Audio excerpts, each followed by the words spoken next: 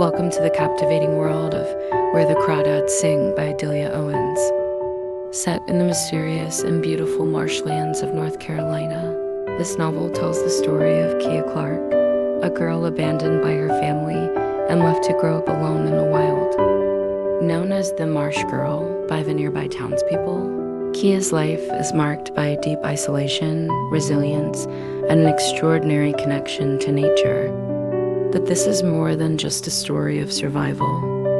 Where the Crawdads Sing explores the complexities of love, loneliness, and the human spirit. It's a novel that combines the beauty of nature with a gripping mystery, the unexplained death of Chase Andrews, a popular local figure whose fate becomes entangled with Kia's in unexpected ways. As we journey through this story, we'll uncover powerful themes of prejudice, judgment, and the strength found in solitude. So join me as we step into Kia's world and discover what really lies at the heart of Where the Crawdads Sing. Part 1. Kia's childhood and abandonment. The story opens in the 1950s in the marshlands of North Carolina, where 6-year-old Kia Clark lives with her dysfunctional family in a small, rundown shack. Kia's family life is difficult, dominated by her violent, alcoholic father. One day, Kia's mother silently walks away from the house, unable to endure the abuse any longer. One by one, her older siblings also abandon Kia, leaving her alone with their father. Kia's father, emotionally distant and neglectful, eventually abandons her as well, leaving Kia completely isolated at the age of 10. Alone in the marsh, Kia learns to survive by turning to the natural world around her. She becomes resourceful, gathering muscles to trade for food and supplies with a kind African-American couple, Jumpin and his wife Mabel, who run a small store. Kia grows up largely without human contact, except for her interactions with the marsh's wildlife. The isolation shapes her into a wild, solitary figure, and the townspeople label her the Marsh Girl, treating her as an outcast. Despite her lack of formal education, Kia's sharp mind and curiosity about the natural world lead her to observe and collect detailed knowledge about the marsh, its animals, and its plants. During her lonely teenage years, Kia meets Tate Walker, a boy from town who once fished in the marsh with her older brother. Tate befriends Kia and eventually teaches her to read and write, opening up a new world for her through books and poetry. As Kia and Tate grow closer, they develop a deep connection rooted in their shared love of nature. Tate becomes Kia's first love, but he eventually leaves for college, promising to return. However, Tate breaks that promise, leaving Kia heartbroken and reinforcing her feelings of abandonment. Kia, once again alone, retreats deeper into the marsh, further distancing herself from the outside world. The marsh becomes her sanctuary, and she finds solace in studying its intricate ecosystem. She begins to illustrate and document what she learns, turning her isolation into a life centered on the beauty and complexity of nature. Part 2. Kia's teenage years and first love. As Kia grows into her teenage years, the marsh remains her sanctuary, and her connection to the natural world only deepens. She becomes adept at observing the animals and plants around her, meticulously documenting everything she sees. Her isolation, though painful, also allows her to develop an extraordinary sense of independence and self-reliance. But despite her ability to survive alone, Kia still yearns for human connection, something she finds unexpectedly in Tate Walker. Tate is a kind and intelligent boy from town who shares Kia's fascination with nature. He begins visiting her in the marsh, drawn by her wild, mysterious presence. At first, Kia is hesitant to trust him. She has been abandoned too many times to easily let anyone in. However, Tate patiently earns her trust over time. He recognizes Kia's loneliness and takes it upon himself to teach her how to read and write, knowing that literacy will open new doors for her. Through these lessons, Kia discovers a new world beyond the marsh one filled with literature, poetry, and knowledge that gives her a deeper understanding of the natural world she so loves. Tate also brings her books about biology and the environment, further fueling her passion for studying the marsh's intricate ecosystem. The bond between Kia and Tate grows stronger, and their relationship gradually evolves into something more than friendship. Tate becomes Kia's first love. The tender moments they share in the marsh become Kia's lifeline, helping her feel less alone. For a while, it seems as though Kia might finally experience the love and stability she has longed for her entire life. However, Tate's future plans begin to weigh heavily on their relationship. Tate is ambitious and dreams of pursuing a career in science. He eventually leaves for college, and while he promises Kia that he will return, Kia's deep-seated fear of abandonment makes her wary of his words. Tate does leave, and although Kia waits for him, the painful memories of her family abandoning her resurface. Days turn into weeks, weeks into months, and still Tate does not come back. In reality, Tate struggles with the decision to return. Although he loves Kate, he doubts whether she can fit into the world outside the marsh, whether she can truly be a part of his life away from the isolation she has known. Ultimately, he decides not to return, fearing that their lives are too different and that his path in the academic world will not be compatible with Kia's solitary existence. This decision devastates Kia. Tate's absence confirms her worst fears that no one stays, and that she is destined to live alone, always abandoned by the people she cares about. In response, she retreats even deeper into her shell, building emotional walls around herself to protect her from the inevitable pain of human relationships. She hardens her heart, focusing solely on her connection to the marsh and her studies of its flora and fauna. The marsh becomes her only reliable companion. But Kia's isolation is soon interrupted by Chase Andrews, a local boy from a wealthy family who has a reputation as a charmer and a ladies' man. Chase, intrigued by the mystery surrounding a Marsh Girl, seeks her out, initially driven by curiosity. Unlike Tate, Chase is less interested in Kia's inner world and more focused on her physical beauty and the thrill of being with someone so different from the girls in town. Kia, still longing for human connection but wary of being hurt again, hesitates to let him into her life. But Chase persists, showering her with attention and promises of a future together. Kia, desperate for love and companionship, eventually allows Chase into her life. However, their relationship is far more complicated than her connection with Tate. Chase is charming and attentive, but there is a darker side to his intentions. He convinces Kia that he loves her and even talks about marriage, leading her to believe that she might finally have a chance at a normal life with him. But while Kia begins to trust Chase, the townspeople continue to ostracize her, deepening her sense of isolation. Despite her doubts, Kia hopes that Chase will be different from everyone else in her life, that he will not leave her like her family and Tate did. However, it becomes increasingly clear that Chase's interest in Kia is not genuine. Behind his promises lies deceit, and Kay slowly realizes that Chase is not the man she believed him to be. He is engaged to another woman from town, a secret he has kept from Kia throughout their relationship. When Kia discovers this betrayal, she is crushed. Chase's deception reinforces her belief that love is dangerous, that trusting others only leads to heartbreak. She ends their relationship, but the emotional toll it takes on her is immense. Once again, Chia is left alone, abandoned by someone she dared to let into her heart. The cycle of abandonment continues, leaving Kaya more isolated than ever. Through all of this, Kia's only constant is the marsh. Her connection to nature remains her anchor, providing solace in a world that seems determined to hurt her. She continues her studies of the marsh, growing more knowledgeable and skilled in her work. Her deep understanding of the natural world eventually leads to the publication of her work, as she begins submitting her illustrations and observations to scientific journals.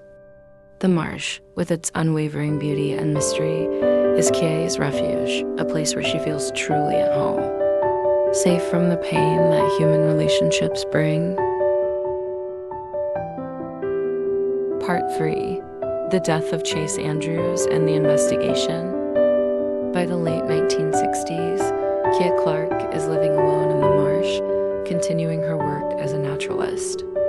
She has become an expert on the ecosystems around her, publishing books with detailed illustrations of the local wildlife. Her work is respected, but she remains distant from society, content in her isolation.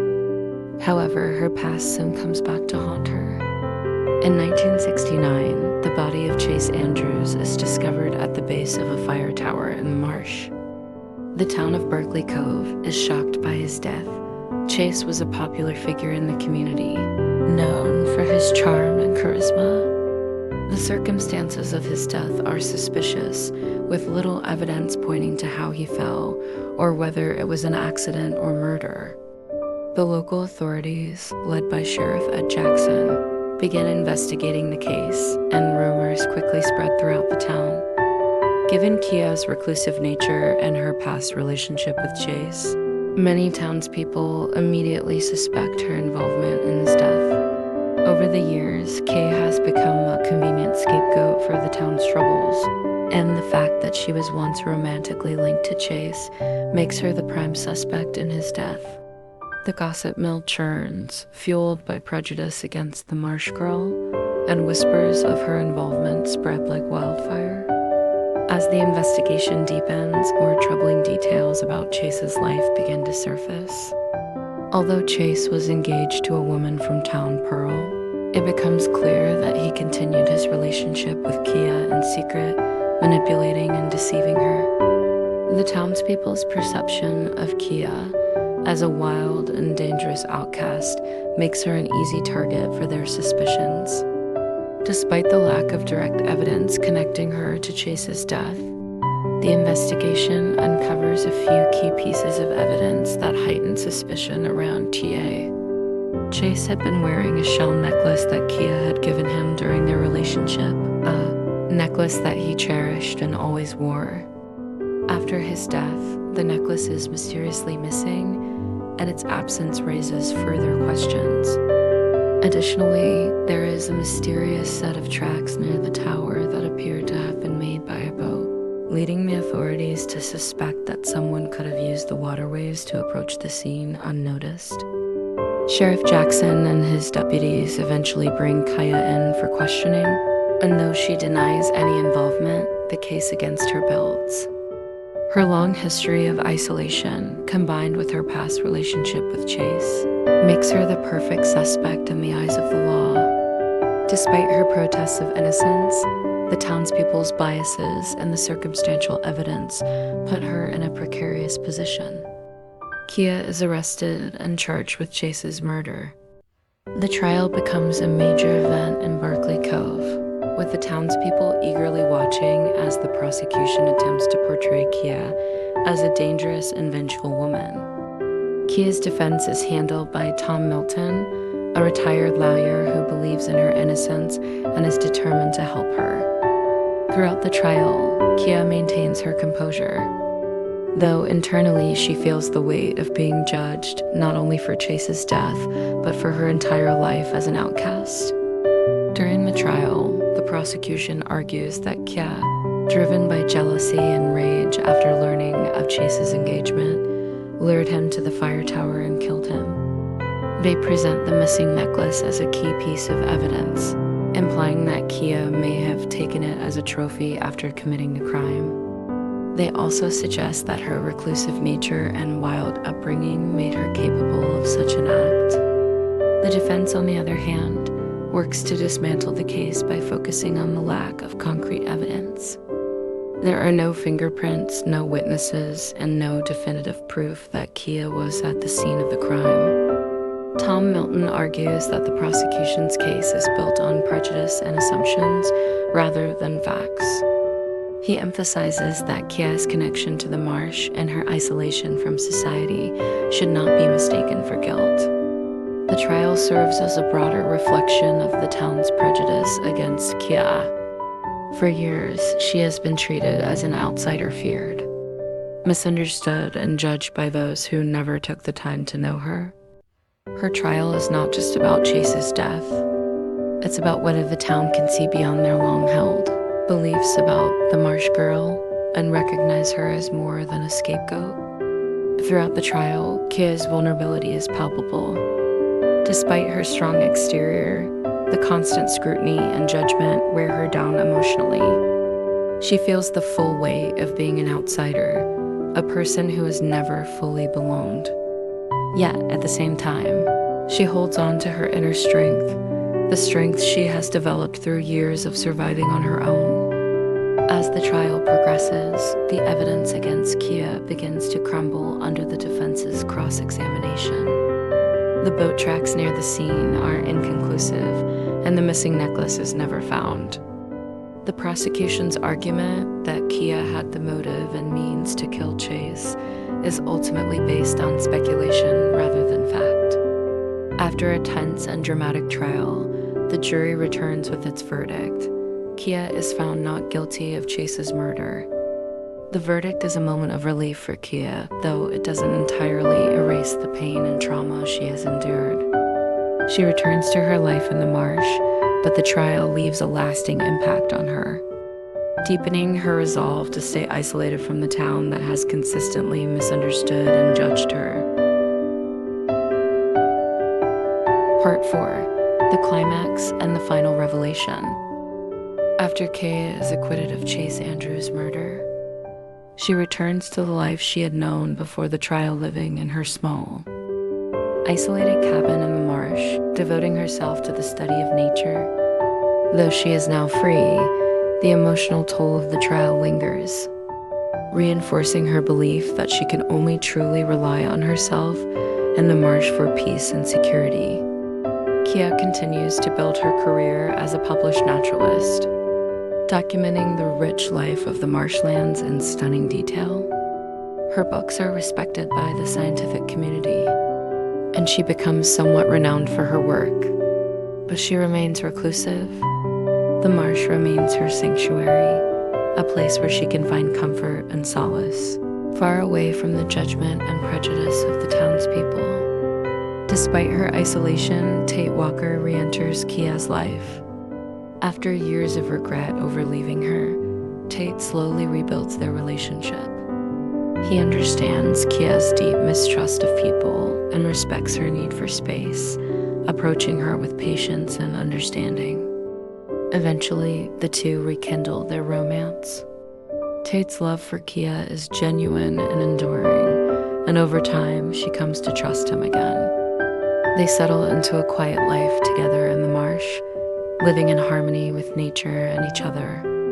For many years, Kia and Tate live a peaceful and fulfilling life. They share a love of the marsh and its creatures, and their bond deepens as they grow older. Kia continues her work as a naturalist, and the marsh becomes not only her refuge, but also the legacy she leaves behind through her scientific contributions. However, the mystery of Chase Andrews' death lingers in the background, never fully resolved in the minds of the townspeople or the reader. While Kia has been cleared of any wrongdoing in the eyes of the law, questions about what really happened on that fateful night remain unanswered. Then, in her later years, Tia passes away peacefully in the arms of Tate while out on their boat in the marsh. After her death, Tate goes through Kia's belongings, reflecting on the life they shared and the woman he loved. During this time, he discovers something that shocks him and changes the way he views Kia's life and the mystery surrounding Chase's death. In a hidden compartment beneath the floorboards of Kia's cabin, Tate finds a small box. Inside, he discovers Chase Andrews' missing shell necklace, the very one Kia had given to him during their relationship. which had been conspicuously absent from his body when he was found dead. This shocking discovery strongly suggests that Kia was, in fact, responsible for Chase's death.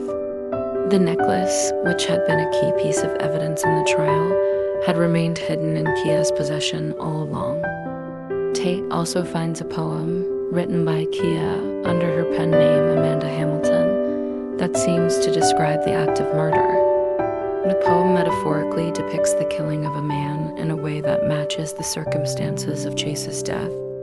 Though the poem is subtle, it leaves little doubt that Kia lured Chase to the fire tower and pushed him to his death as an act of self-defense or retribution for his abuse and betrayal. This revelation is both surprising and profound.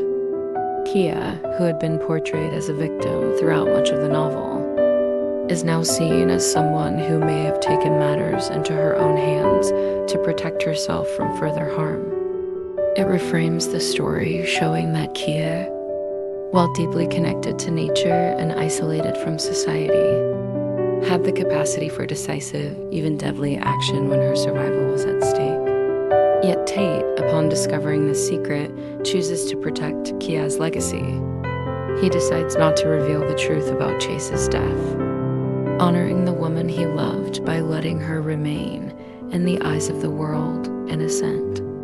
Tate understands that Kia lived her life according to the laws of the natural world, where survival often requires acts that are harsh but necessary.